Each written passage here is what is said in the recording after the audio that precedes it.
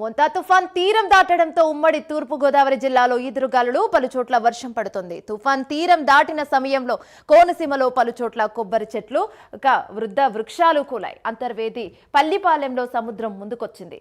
పల్లిపాలెం జల దిగ్బంధంలో మునిగిపోయింది. అంతర్వేది నరసాపురం మధ్య తుఫాన్ తీవ్రం దాటడంతో ఈదురుగాలులు కొనసాగుతున్నాయి. కోనసీమ ప్రాంతం అంధకారంలోనే ఉంది. రోడ్డు రవాణా వ్యవస్థను ఇంకా పునరుద్ధరించలేదు. తుఫాన్ తాజా పరిస్థితిపై ఉమ్మడి తూర్పు గోదావరి ప్రతినిధి శ్రీరామమూర్తి లైవ్ లో అందిస్తారు.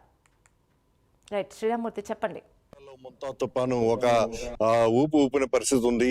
అయితే అర్ధరాత్రి తర్వాత తీరం దాటిన తర్వాత ఇది అంతర్వేది నరసాపురం మధ్య తీరం దాటినట్టుగా మనకి ఇప్పుడు వెల్లడవుతున్న పరిస్థితి ఉంది. అయితే తీరం దాటినప్పటికీ కూడా అంబేద్కర్ కోనసీమ జిల్లాలో కానీ తూర్పుగోదావరి కాకినాడ జిల్లాలో పెద్దగా ప్రభావం చూపలేదు. అయితే ఇక్కడ ఈదురుగాలులు వర్షాలు ఇంకా కురిస్తూనే ఉన్నాయి.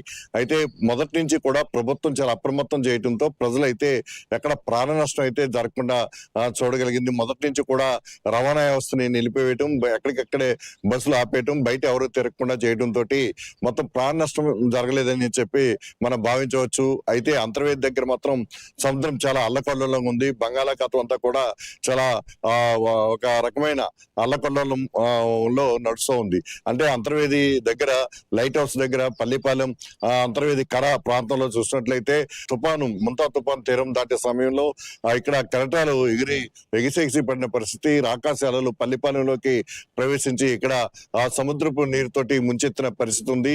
అది ఇప్పుడు కొంచెం లాగిన పరిస్థితి ఉంది. రాత్రి అంతా కూడా ఇక్కడ బిక్కుమంటూ అంతర్వేదిలోని గ్రామస్తులందరూ కూడా బతికిన పరిస్థితి ఉంది, జీవనం సాగించిన పరిస్థితి ఉంది. అయితే అర్ధరాత్రి తర్వాత కూడా తుఫాను తీరం దాటుతున్న నేపథ్యంలో ఎక్కడికక్కడే ఏలూరు రేంజ్ ఐజీ అశోక్ కుమార్, అలాగే జిల్లా కలెక్టర్ మహేష్ కుమార్, అలాగే ప్రత్యేక అధికారి విజయరామరాజు, ఇతర ఎస్పీ రాహుల్ మీనా అంతా అధికారులందరూ కలిపి మొత్తం ఈ తుఫాను ఎఫెక్టెడ్ గా ఉన్న అంతర్వేది, శనిడిపల్లి ఈ ప్రాంతాలన్నింటినీ పర్యటించి పునరావాస కేంద్రాల్లో ఏ విధంగా బాధితులు ఉన్నది, వారికి ఏ విధంగా సహాయ చర్యలు అందుతున్నారని కూడా పరీక్షించారు. ఉదయం ఏకజామున కూడా ఈ పర్యవేక్షణ కొనసాగుతూ ఉంది. అయితే ఈదురుగాలులకి బాగా దాదాపు 70 నుంచి 80 కిలోమీటర్ల ఈదురుగాలు వీయటంతో ఇక్కడ దాదాపుగా చెట్లు చాలా చోట్ల పడిపోయిన పరిస్థితి ఉంది. రవాణా వ్యవస్థ అంతా స్తంభించింది. దీంట్లో ఎప్పటికప్పుడు సిద్ధం చేసుకున్న యంత్రాంగంతో సామాగ్రితోటి చెట్లను తొలగించే కార్యక్రమం కొనసాగుతూ ఉంది. మొత్తం రోడ్లన్నీ కూడా క్లియర్ అయిన తర్వాతే ఆర్టీసీ బస్సుల్ని వదిలే పరిస్థితుంది. అయితే నిన్న నుంచి కూడా మొత్తం విద్యుత్తును నిలిపేశారు. కోనసీమ జిల్లా వ్యాప్తంగా అంధకారం ప్రస్తుతం కొనసాగుతూ ఉంది. ఎందుకంటే చాలా చోట్ల విద్యుత్ లైన్లు పడిపోయిన పరిస్థితి ఉంది.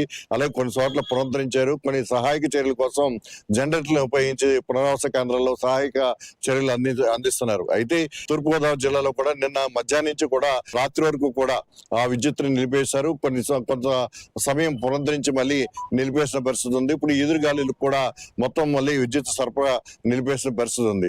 ఏదైనా ప్రభుత్వం తీసుకున్న ముందస్తు చర్యల వల్ల ప్రాణ నష్టం జరగకుండా కాపాడగలిగారు. అయితే ఆస్తి నష్టం అయితే పంటకి అంటే వరి పంటకి ఎక్కువగా నష్టం చేకూరే పరిస్థితి ఉంది. కొబ్బరి పంటకి అయితే బయటపడిందనే చెప్పవచ్చు.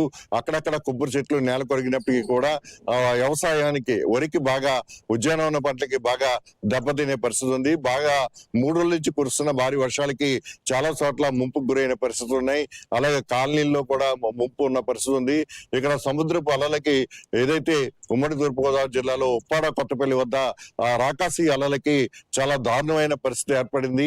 మొత్తం సముద్రం అంతా కూడా ఊరి మీదకి వచ్చి పడినట్టుగా ఉప్పాడ కొత్తపల్లిలో మనం విజువల్ కూడా చూసిన పరిస్థితి ఉంది. అయితే ఇప్పుడు ఏదైతే సముద్ర తీర ప్రాంతం ఉందో ఇప్పుడు అంతా కూడా అల్లకల్లోలం ఉంది.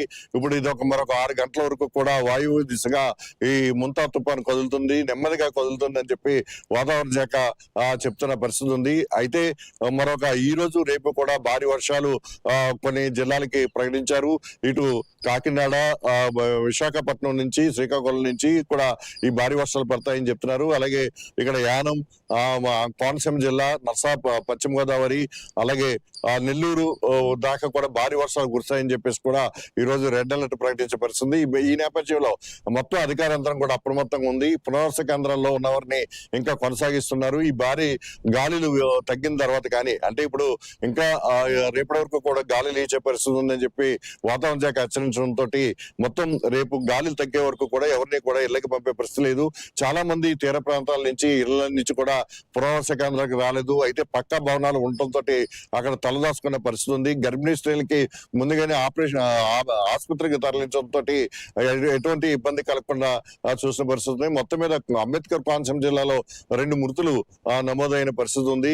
ముంతా తుఫాను బీభత్సానికి ప్రాణ నష్టం జరగకుండా ప్రభుత్వం తీసుకున్న చర్యలు మాత్రం ఇప్పుడు స్పష్టంగా కనిపిస్తున్నాయి. ముఖ్యమంత్రి చంద్రబాబు నాయుడు, అలాగే డిప్యూటీ సీఎం పవన్ కళ్యాణ్, మంత్రి లోకేష్ కూడా రాత్రంతా కూడా ఈ తుఫాన్ తీరం దాటి వరకు కూడా సమీక్షలు నిర్వహించి అధికారులని, కలెక్టర్లని ఎక్కడికక్కడే పరుగులు పెట్టించి మొత్తం సహాయక చర్యలన్నీ కూడా ఎప్పటికప్పుడు పరీక్షణ చేయడంతో మొత్తం జనం రోడ్ల మీదకి రాకుండా ఉండడం వల్ల ఈ తుఫాన్ ఎఫెక్ట్ నుంచి ప్రాణ నష్టం తగ్గిందని చెప్పొచ్చు. ఇది ప్రస్తుతం ఉమ్మడి తూర్పుగోదావరి జిల్లాలో ఉన్న పరిస్థితి. కోనసీమ జిల్లాలో వర్షం, ఎదురుగాలు కూడా కొనసాగుతున్న పరిస్థితి ఉంది. What's studio.